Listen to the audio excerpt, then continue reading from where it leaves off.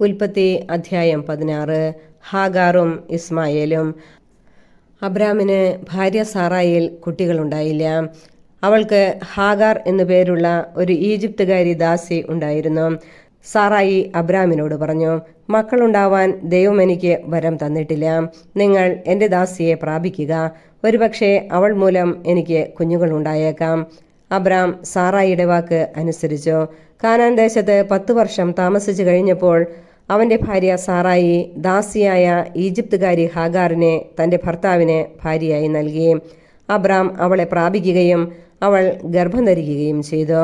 അവൾ ഗർഭിണിയാണെന്നറിഞ്ഞപ്പോൾ യജമാനത്തിയെ അവൾ നിന്ദയോടെ വീക്ഷിച്ചു. സാറായി അബ്രാമിനോട് പറഞ്ഞു, എൻ്റെ ദുരിതത്തിന് നിങ്ങളാണ് കാരണക്കാരൻ. ഞാനാണ് എൻ്റെ ദാസിയെ നിങ്ങളുടെ ആശ്ലേഷത്തിന് വിട്ടുതന്നത്. പക്ഷേ താൻ ഗർഭിണിയാണെന്ന് കണ്ടപ്പോൾ അവൾക്ക് ഞാൻ നിന്ദയായി. എനിക്കും നിങ്ങൾക്കും മധ്യേ കർത്താവ് തന്നെ വിധിയാളനാവട്ടെ. അബ്രാം പറഞ്ഞു, നിന്റെ ദാസി ഇപ്പോഴും നിന്റെ കീഴിലാണ്. നിന്റെ ഇഷ്ടം പോലെ അവളോട് പെരുമാറിക്കൊള്ളുക. സാറായി അവളോട് ക്രൂരമായി പെരുമാറാൻ തുടങ്ങി. അപ്പോൾ അവൾ സാറായിയെ വിട്ട് ഓടിപ്പോയി. എന്നാൽ കർത്താവിൻ്റെ ദൂതൻ ഷൂറിലേക്കുള്ള വഴിയിൽ മരുഭൂമിയിലേക്കുള്ള ഒരു നീരുറവയുടെ അടുത്ത് വച്ച് അവളെ കണ്ടെത്തി. ദൂതൻ അവളോട് ചോദിച്ചു, സാറായിയുടെ ദാസിയായ ഹാഗാറെ, നീ എവിടെ നിന്ന് വരുന്നു? എങ്ങോട്ട് പോകുന്നു? അവൾ പ്രതിവചിച്ചു, ഞാൻ യജമാനത്തിയായ സാറായിയിൽ നിന്ന് ഓടിപ്പോവുകയാണ്. കർത്താവിൻ്റെ ദൂതൻ അവളോട് പറഞ്ഞു, നീ യജമാനത്തിയുടെ അടുത്തേക്ക് തിരിച്ചുപോയി അവൾക്ക് കീഴ്പ്പെട്ടിരിക്കുക. ദൂതൻ തുടർന്നു, എണ്ണിയാൽ തീരാത്ത വണ്ണം അത്രയധികമായി നിന്റെ സന്തതിയെ ഞാൻ വർദ്ധിപ്പിക്കും. നീ ഗർഭിണിയാണല്ലോ. നീ ഒരു ആൺകുട്ടിയെ പ്രസവിക്കും. അവന് നീ ഇസ്മായേൽ എന്ന് പേരിടണം. കാരണം കർത്താവ് നിന്റെ രോദനം ചെവിക്കൊണ്ടിരിക്കുന്നു. അവൻ കാട്ടുകഴുതയ്ക്കൊത്ത മനുഷ്യനായിരിക്കും. അവൻ്റെ കൈ എല്ലാവർക്കുമെതിരായും എല്ലാവരുടെയും കൈ അവനെതിരായും ഉയരും. അവൻ തൻ്റെ സഹോദരങ്ങൾക്കെതിരായി വർത്തിക്കുകയും ചെയ്യും. അവൾ തന്നോട് സംസാരിച്ച കർത്താവിനെ എൽറോയി എന്ന് വിളിച്ചു.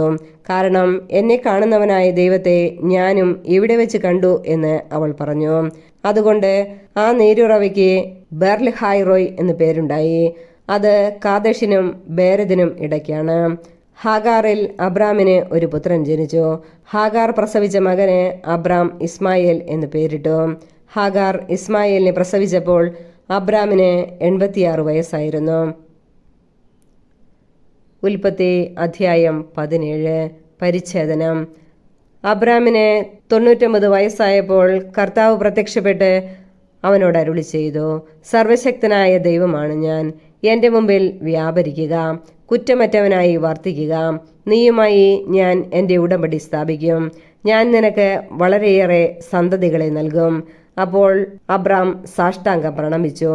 ദൈവം അവനോട് അരുളി ചെയ്തു, ഇതാ നീയുമായുള്ള എൻ്റെ ഉടമ്പടി. നീ അനവധി ജനതകൾക്ക് പിതാവായിരിക്കും. ഇനിമേൽ നീ അബ്രാം എന്ന് വിളിക്കപ്പെടുകയില്ല. നിന്റെ പേര് അബ്രാഹം എന്നായിരിക്കും. ഞാൻ നിന്നെ അനവധി ജനതകളുടെ പിതാവാക്കിയിരിക്കുന്നു. നീ സന്താനപുഷ്ടിയുള്ളവനാകും. നിന്നിൽ നിന്ന് ജനതകൾ പുറപ്പെടും. രാജാക്കന്മാരും നിന്നിൽ നിന്ന് ഉത്ഭവിക്കും. ഞാനും നീയും നിനക്ക് ശേഷം നിന്റെ സന്തതികളും തമ്മിൽ തലമുറ തലമുറയായി എന്നേക്കും ഞാൻ എൻ്റെ ഉടമ്പടി സ്ഥാപിക്കും. ഞാൻ എന്നേക്കും നിനക്കും നിന്റെ സന്തതികൾക്കും ദൈവമായിരിക്കും. നീ പരദേശിയായി പാർക്കുന്ന ഈ കാനാൻ ദേശം മുഴുവൻ നിനക്കും നിനക്ക് ശേഷം നിന്റെ സന്തതികൾക്കുമായി ഞാൻ തരും. എന്നെന്നും അത് അവരുടേതായിരിക്കും. ഞാൻ അവർക്ക് ദൈവമായിരിക്കുകയും ചെയ്യും. ദൈവം അബ്രാഹത്തോട് കൽപ്പിച്ചു, നീയും നിന്റെ സന്താനങ്ങളും തലമുറ തോറും എൻ്റെ ഉടമ്പടി പാലിക്കണം. നിങ്ങൾ പാലിക്കേണ്ട ഉടമ്പടി ഇതാണ്. നിങ്ങളിൽ പുരുഷന്മാരെല്ലാവരും പരിച്ഛേദനം ചെയ്യണം. നിങ്ങൾ അഗ്രചർമ്മം ഛേദിക്കണം. ഞാനും നിങ്ങളുമായുള്ള ഉടമ്പടിയുടെ അടയാളമായിരിക്കും അത്. നിങ്ങളിൽ 8 ദിവസം പ്രായമായ ആൺകുട്ടിക്ക് പരിച്ഛേദനം ചെയ്യണം. നിന്റെ വീട്ടിൽ പിറന്നവനോ നിന്റെ സന്താനങ്ങളിൽപ്പെടാത്ത വിലയ്ക്ക് വാങ്ങിയ പരദേശിയോ ആകട്ടെ, തലമുറ തോറും എല്ലാ പുരുഷന്മാരും പരിച്ഛേദനം ചെയ്യണം. നിന്റെ വീട്ടിൽ പിറന്നവനും നീ വിലയ്ക്ക് വാങ്ങിയവനും പരിച്ഛേദനം ചെയ്യപ്പെടണം. അങ്ങനെ എൻ്റെ ഉടമ്പടി നിന്റെ മാംസത്തിൽ ശാശ്വതമായ ഒരു ഉടമ്പടിയായി നിലനിൽക്കും. പരിച്ഛേദനം ചെയ്യപ്പെടാത്ത പുരുഷനെ സമൂഹത്തിൽ നിന്ന് പുറന്തള്ളണം. അവൻ എൻ്റെ ഉടമ്പടി ലംഘിച്ചിരിക്കുന്നു. ഇസഹാക്ക്: ദൈവം അബ്രാഹത്തോട് അരുളി ചെയ്തു, നിന്റെ ഭാര്യ സാറായിയെ ഇനിമേൽ സാറായി എന്നല്ല വിളിക്കേണ്ടത്, അവളുടെ പേര് സാറ എന്നായിരിക്കും. ഞാൻ അവളെ അനുഗ്രഹിക്കും, അവളിൽ നിന്ന് ഞാൻ നിനക്ക് ഒരു പുത്രനെ തരും. അവളെ ഞാൻ അനുഗ്രഹിക്കും, അവൾ ജനതകളുടെ മാതാവാകും, അവളിൽ നിന്ന് ജനതകളുടെ രാജാക്കന്മാർ ഉത്ഭവിക്കും. അപ്പോൾ അബ്രാഹാം കമിഴ്ന്നു വീണ് ചിരിച്ചുകൊണ്ട് ആത്മഗതം ചെയ്തു. 100 വയസ്സ് തികഞ്ഞവന് കുഞ്ഞു ജനിക്കുമോ? 90 എത്തിയ സാറ ഇനി പ്രസവിക്കുമോ? അബ്രാം ദൈവത്തോട് പറഞ്ഞു, ഇസ്മായേൽ അങ്ങയുടെ തിരുമുൻപിൽ ജീവിച്ചിരുന്നാൽ മതി. ദൈവം അരുളി ചെയ്തു, നിന്റെ ഭാര്യ സാറ തന്നെ നിനക്കൊരു പുത്രനെ പ്രസവിക്കും. നീ അവനെ ഇസഹാക്ക് എന്ന് വിളിക്കണം. അവനുമായും അവന്റെ സന്തതികളുമായും ഞാൻ നിത്യമായ ഒരു ഉടമ്പടി സ്ഥാപിക്കും. ഇസ്മായേലിന് വേണ്ടിയുള്ള നിന്റെ പ്രാർത്ഥനയും ഞാൻ ചെവിക്കൊണ്ടിരിക്കുന്നു. ഞാൻ അവനെ അനുഗ്രഹിച്ചിരിക്കുന്നു. ഞാൻ അവനെ സന്താനപുഷ്ടിയുള്ളവനാക്കി അവന്റെ സന്തതികളെ വർദ്ധിപ്പിക്കും. അവൻ 12 രാജാക്കന്മാർക്ക് പിതാവായിരിക്കും. അവനിൽ നിന്ന് ഞാനൊരു വലിയ ജനതയെ പുറപ്പെടുവിക്കും. എന്നാൽ സാറായിൽ നിന്ന് അടുത്ത വർഷം ഈ സമയത്ത് നിനക്ക് ജനിക്കാൻ പോകുന്ന ഇസഹാക്കുമായിട്ടാണ് എൻ്റെ ഉടമ്പടി ഞാൻ സ്ഥാപിക്കുക. അബ്രാഹത്തോട് സംസാരിച്ചു കഴിഞ്ഞ് ദൈവം അവനെ വിട്ടുപോയി. ദൈവം കൽപ്പിച്ചതുപോലെ ആ ദിവസം തന്നെ അബ്രാഹാം മകൻ ഇസ്മായേലിനെയും തൻ്റെ വീട്ടിൽ പിറന്നവരും താൻ വില കൊടുത്തു വാങ്ങിയവരുമായ സകല പുരുഷന്മാരെയും പരിച്ഛേദനം ചെയ്തു. പരിച്ഛേദന സമയത്ത് അബ്രാഹത്തിന് 99 വയസ്സും ഇസ്മായേലിന് 13 വയസ്സും ഉണ്ടായിരുന്നു. അന്ന് തന്നെ അബ്രാഹവും മകൻ ഇസ്മായേലും പരിച്ഛേദനം ചെയ്യപ്പെട്ടു. അബ്രാഹത്തിന്റെ വീട്ടിലെ എല്ലാ പുരുഷന്മാരും വീട്ടിൽ പിറന്നവരും പരദേശികളിൽ നിന്ന് വിലയ്ക്ക് വാങ്ങിയവരുമായ എല്ലാവരും അവനോടൊപ്പം പരിച്ഛേദനം ചെയ്യപ്പെട്ടു. ഉൽപ്പത്തി അധ്യായം 18. ദൈവം സന്ദർശിക്കുന്നു. മാമ്രയുടെ ഓക്കുമരത്തോപ്പിന് സമീപം കർത്താവ് അബ്രാഹത്തിന് പ്രത്യക്ഷനായി. വെയിൽ മൂത്ത സമയത്ത് അബ്രാഹാം തന്റെ കൂടാരത്തിന്റെ വാതിൽക്കൽ ഇരിക്കുകയായിരുന്നു. അവൻ തല ഉയർത്തി നോക്കിയപ്പോൾ 3 ആളുകൾ തനിക്കെതിരെ നിൽക്കുന്നത് കണ്ടു. അവരെ കണ്ട് അവൻ കൂടാരവാതിൽക്കൽ നിന്ന് എഴുന്നേറ്റ് അവരെ എതിരേൽക്കാൻ ഓടിച്ചെന്ന് നിലം പറ്റി താണ് അവരെ വണങ്ങി. അവൻ പറഞ്ഞു, യജമാനനെ, അങ്ങ് എന്നിൽ സംപ്രീതനെങ്കിൽ അങ്ങയുടെ ദാസനെ കടന്നു പോകരുതേ. കാലു കഴുകാൻ കുറച്ച് വെള്ളം കൊണ്ടുവരട്ടെ. മരത്തണലിലിരുന്ന് വിശ്രമിക്കുക. നിങ്ങൾ ഈ ദാസന്റെ അടുക്കൽ വന്ന നിലയ്ക്ക് ഞാൻ കുറെ അപ്പം കൊണ്ടുവരാം. വിശപ്പടക്കിയിട്ട് യാത്ര തുടരാം. നീ പറഞ്ഞതുപോലെ ചെയ്യുക എന്ന് അവർ പറഞ്ഞു. അബ്രാഹാം പെട്ടെന്ന് കൂടാരത്തിലെത്തി സാറായോട് പറഞ്ഞു, വേഗം 3 ഇടങ്ങഴി മാവെടുത്ത് കുഴച്ച് അപ്പമുണ്ടാക്കുക. അവൻ ഓടിച്ചെന്ന് കാലിക്കൂട്ടത്തിൽ നിന്ന് കൊഴുത്ത ഒരു ഇളം കാളക്കുട്ടിയെ പിടിച്ച് വേലക്കാരനെ ഏൽപ്പിച്ചു. ഉടനെ അവൻ അത് പാകം ചെയ്യാൻ തുടങ്ങി. അബ്രാഹാം വെണ്ണയും പാലും പാകം ചെയ്ത മൂരി ഇറച്ചിയും അവരുടെ മുമ്പിൽ വിളമ്പി.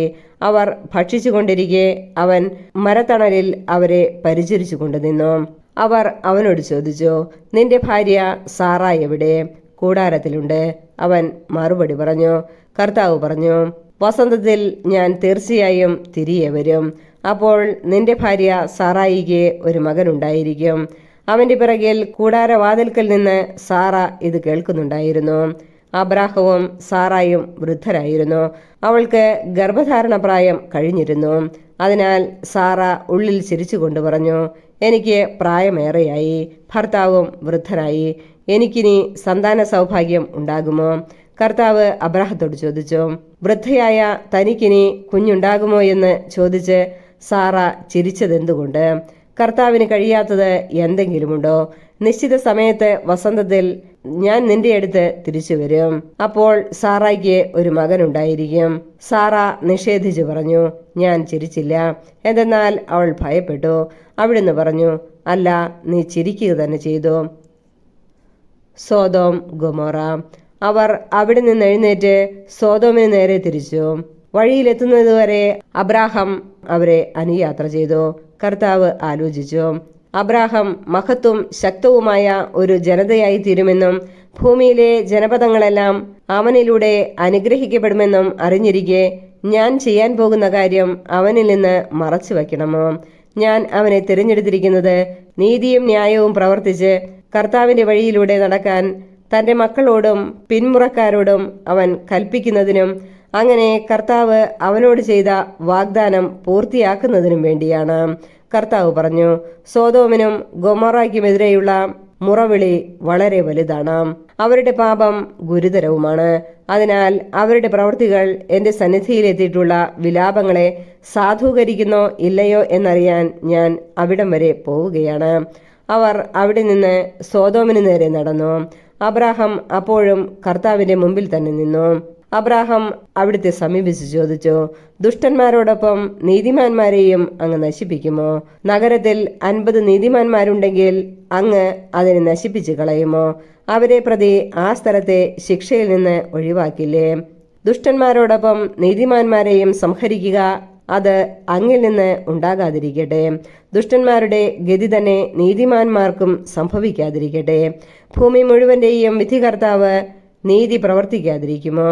കർത്താവ് അരുളി ചെയ്തു, സോദോം നഗരത്തിൽ 50 നീതിമാന്മാരെ ഞാൻ കണ്ടെത്തുന്ന പക്ഷം അവരെ പ്രതി ഞാൻ ആ സ്ഥലത്തോട് മുഴുവൻ ക്ഷമിക്കും.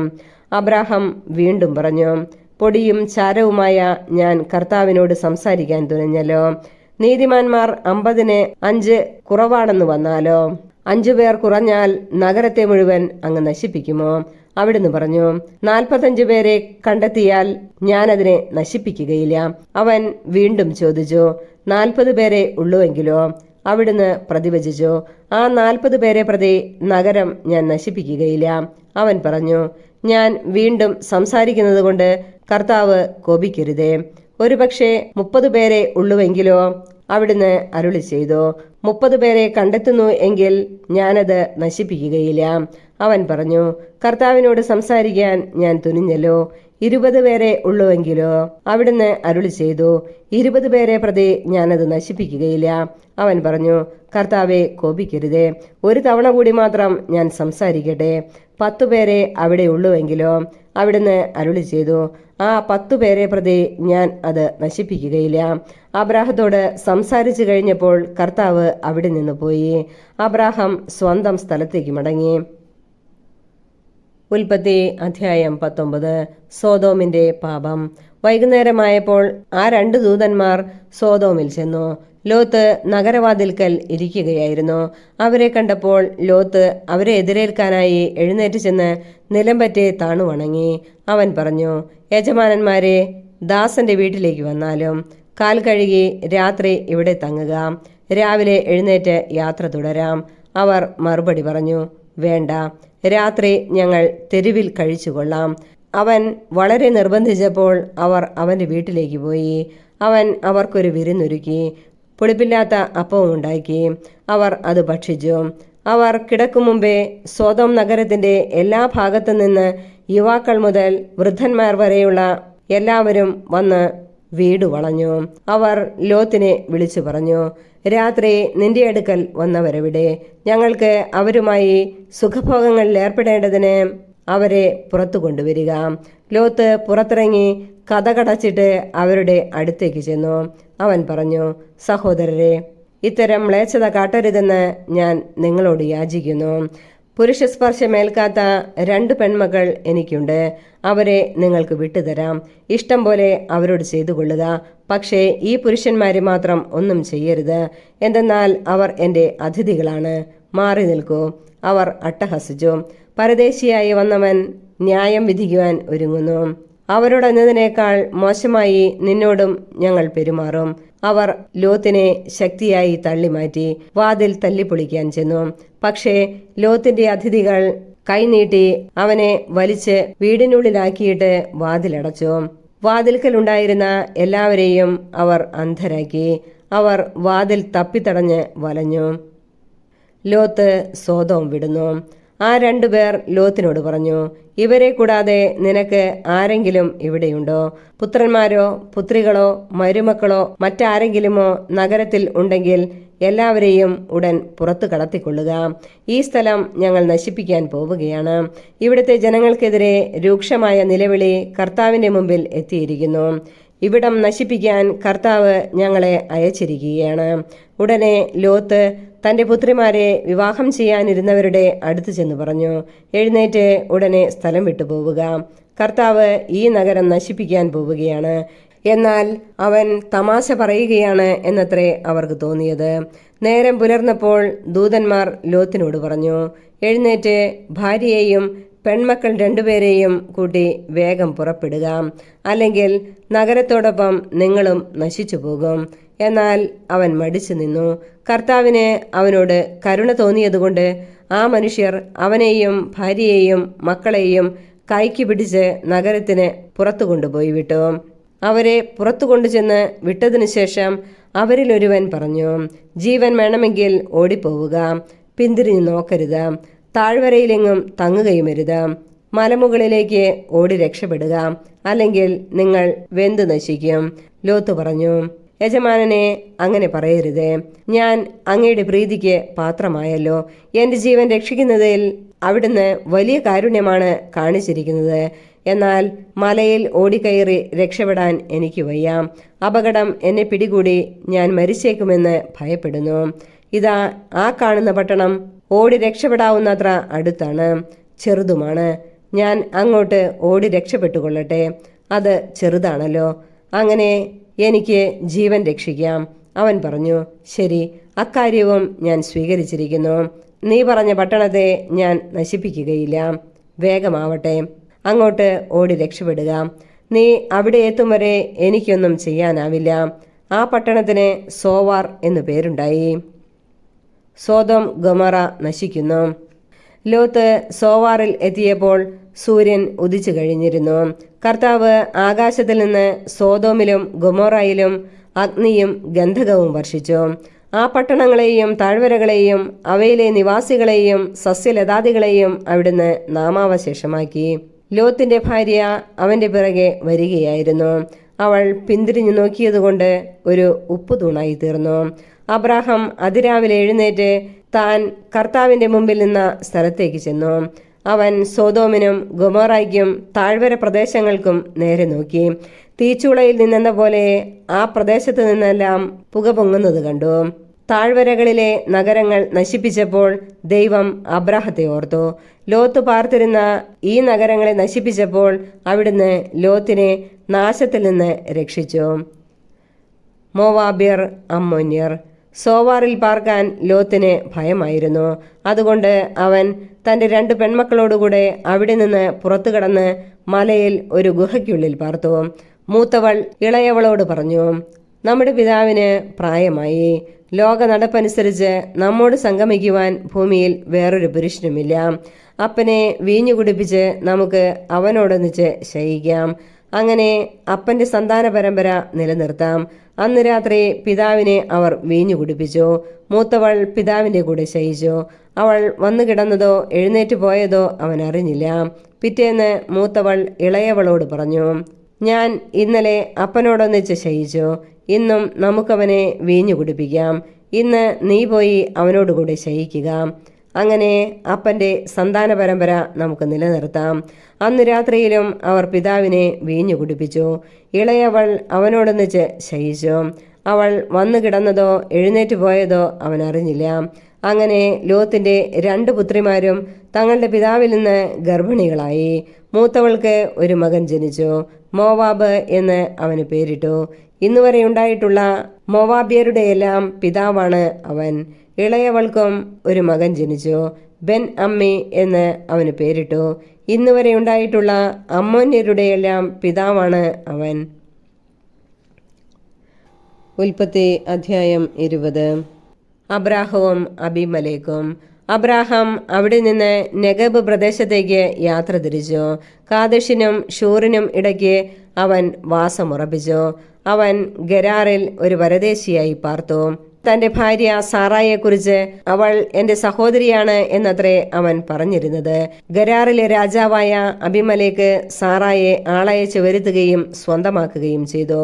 ദൈവം രാത്രി സ്വപ്നത്തിൽ പ്രത്യക്ഷപ്പെട്ട് അബിമലേക്കിനോട് പറഞ്ഞു, നീ സ്വന്തമാക്കിയിരിക്കുന്ന സ്ത്രീ നിമിത്തം നീ ഇതാ പിണമായി തീരുവാൻ പോകുന്നു. കാരണം അവൾ ഒരുവന്റെ ഭാര്യയാണ്. അബിമലേക്ക് അവളെ സമീപിച്ചിട്ടില്ലായിരുന്നു. അവൻ ചോദിച്ചു, കർത്താവെ, നിരപരാധനെ അങ്ങ് വധിക്കുമോ? അവൾ എൻ്റെ സഹോദരിയാണ് എന്ന് അവൻ തന്നെയല്ലേ എന്നോട് പറഞ്ഞത്? അവൻ എൻ്റെ സഹോദരനാണ് എന്ന് അവളും പറഞ്ഞു. നിർമ്മല ഹൃദയത്തോടും കറയറ്റ കൈകളോടും കൂടെയാണ് ഞാൻ ഇത് ചെയ്തത്. അപ്പോൾ ദൈവം സ്വപ്നത്തിൽ അവനോട് പറഞ്ഞു, നിർമ്മല ഹൃദയത്തോടെയാണ് നീ ഇത് ചെയ്തത് എന്ന് എനിക്കറിയാം. എനിക്കെതിരായി പാപം ചെയ്യുന്നതിൽ നിന്ന് ഞാനാണ് നിന്നെ തടഞ്ഞത്. അതുകൊണ്ടാണ് അവളെ തൊടാൻ നിന്നെ ഞാൻ അനുവദിക്കാതിരുന്നത്. അവന്റെ ഭാര്യയെ തിരിച്ചേൽപ്പിക്കുക. അവൻ പ്രവാചകനാണ്. അവൻ നിനക്ക് വേണ്ടി പ്രാർത്ഥിക്കും. നീ ജീവിക്കുകയും ചെയ്യും. എന്നാൽ നീ അവളെ തിരിച്ചേൽപ്പിക്കുന്നില്ലെങ്കിൽ നീയും നിന്റെ ജനങ്ങളും മരിക്കും എന്നറിയുക. അബിമേലെക്ക് അതിരാവിലെ എഴുന്നേറ്റ് സേവകന്മാരെയെല്ലാം വിളിച്ച് ഈ കാര്യങ്ങൾ പറഞ്ഞു. അവർ വളരെ ഭയപ്പെട്ടു. അനന്തരം അബിമേലെക്ക് അബ്രാഹത്തെ വിളിച്ചു പറഞ്ഞു, എന്താണ് നീ ഞങ്ങളോട് ഈ ചെയ്തത്? നിനക്കെതിരായി ഞാൻ എന്ത് തെറ്റ് ചെയ്തിട്ടാണ് എന്റെയും എന്റെ രാജ്യത്തിന്റെയും മേൽ ഇത്ര വലിയ തിന്മ വരുത്തി വെച്ചത്? ചെയ്യരുതാത്ത കാര്യങ്ങളാണ് നീ എന്നോട് ചെയ്തത്. അബിമേലെക്ക് അബ്രാഹത്തോട് ചോദിച്ചു, ഇത് ചെയ്യാൻ നിന്നെ പ്രേരിപ്പിച്ചത് എന്താണ്? അബ്രാഹാം മറുപടി പറഞ്ഞു, ഇത് ദൈവഭയം തീരെയില്ലാത്ത നാടാണെന്നും എന്റെ ഭാര്യയെ പ്രതി അവർ എന്നെ കൊന്നുകളയുമെന്നും ഞാൻ വിചാരിച്ചു. മാത്രമല്ല, വാസ്തവത്തിൽ അവൾ എന്റെ സഹോദരിയാണ്, എന്റെ പിതാവിന്റെ മകൾ.